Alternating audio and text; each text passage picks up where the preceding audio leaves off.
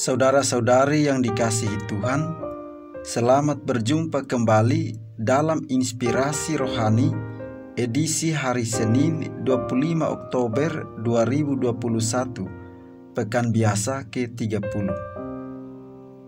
Marilah berdoa. Dalam nama Bapa dan Putra dan Roh Kudus. Amin.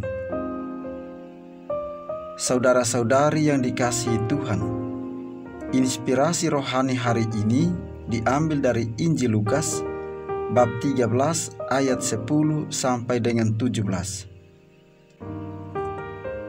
Pada suatu hari Sabat, Yesus mengajar dalam salah satu rumah ibadat. Di situ ada seorang wanita yang telah 18 tahun dirasuk roh. Ia sakit sampai bungkuk punggungnya dan tidak dapat berdiri lagi dengan tegak. Ketika Yesus melihat wanita itu, dipanggilnyalah dia.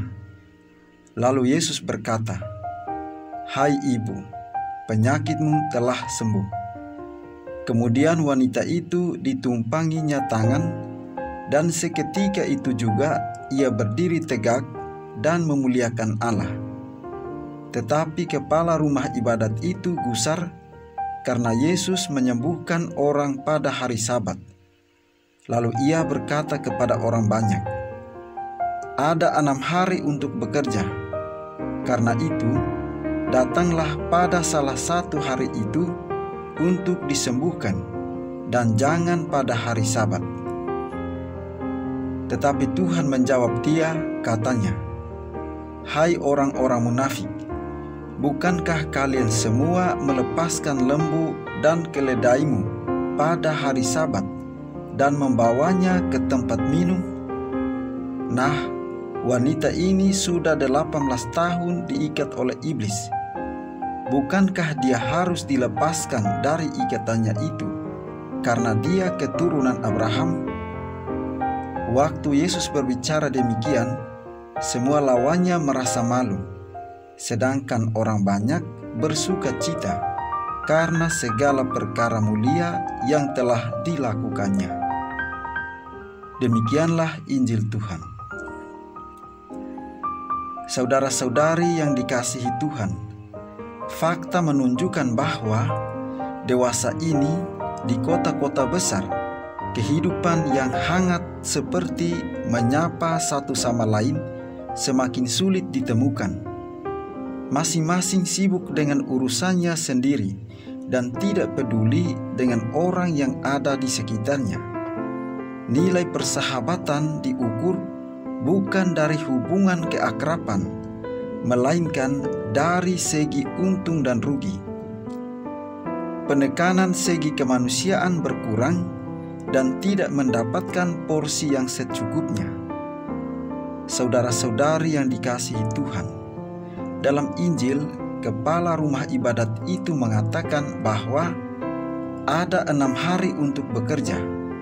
Karena itu, datanglah pada salah satu hari itu untuk disembuhkan, dan jangan pada hari Sabat. Kepala rumah ibadat itu tidak melihat nilai kepribadian dari seorang perempuan yang telah 18 tahun dirasuki roh, sehingga punggungnya bungkuk dan tidak dapat berdiri dengan tegak. Karena itu, dia dikecam Yesus. Yesus merombak cara berpikir yang salah dari orang-orang yang mengutamakan hukum dan manusiawi.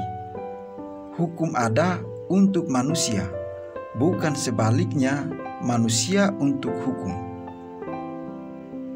Saudara-saudari yang dikasihi Tuhan, kadang kita pun melakukan hal-hal seperti itu. Bagi orang Yahudi, hari Sabat selalu menjadi persoalan dan debat yang tidak selesai sebab dimengerti secara sempit.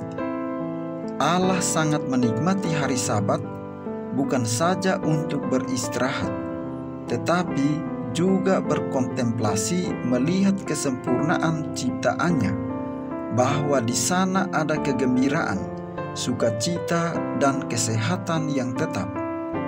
Akan tetapi pada zaman Yesus, terjadi suatu wabah penyakit jasmani dan rohani, dan Yesus ingin melibatkan diri dan berbela rasa dengan penderitaan itu. Kini Sabat bukan membelenggu, tetapi menjadi Sabat yang menyembuhkan, menggembirakan, memberi pengharapan, mencipta baru, dan menyempurnakan. Kegembiraan dirasakan oleh perempuan yang telah dibebaskan oleh Yesus dari kuasa roh jahat. Ia telah sembuh dan menatap masa depannya dengan sebuah keyakinan dan harapan. Saudara-saudari yang dikasihi Tuhan, kisah Injil hari ini memberi kita inspirasi dan pemahaman akan kemungkinan berbuat baik di balik hari Sabat yang dikeramatkan itu. Ada banyak norma tercipta di mana seringkali manusia menjadi sasaran atau objeknya.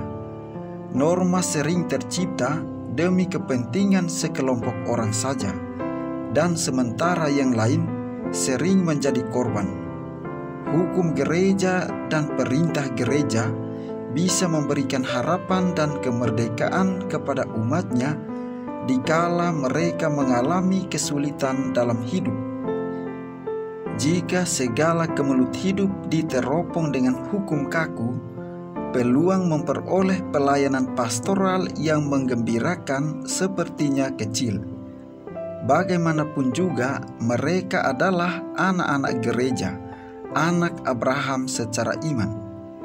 Jangan sampai aturan yang ada membuat kita seperti robot yang seolah-olah hidup kita hanya digerakkan oleh aturan dan hukum tanpa dilandasi nilai-nilai kemanusiaan.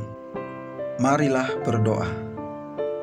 Allah Bapa kami yang maha baik, berkenanlah mengutus Roh-Mu mendatangi kami, dan jadikanlah kami putra dan putri-Mu yang tinggal di dunia ini dengan bebas serta penuh rasa syukur. Dengan pengantaran Yesus Putra-Mu, Tuhan kami, yang bersama Dikau dalam persatuan Roh Kudus, hidup dan berkuasa Allah sepanjang segala masa. Amin. Marilah kita mohon berkat dari Tuhan Yang Maha Kuasa, kiranya Ia senantiasa memberkati kita di dalam seluruh tugas dan karya kita.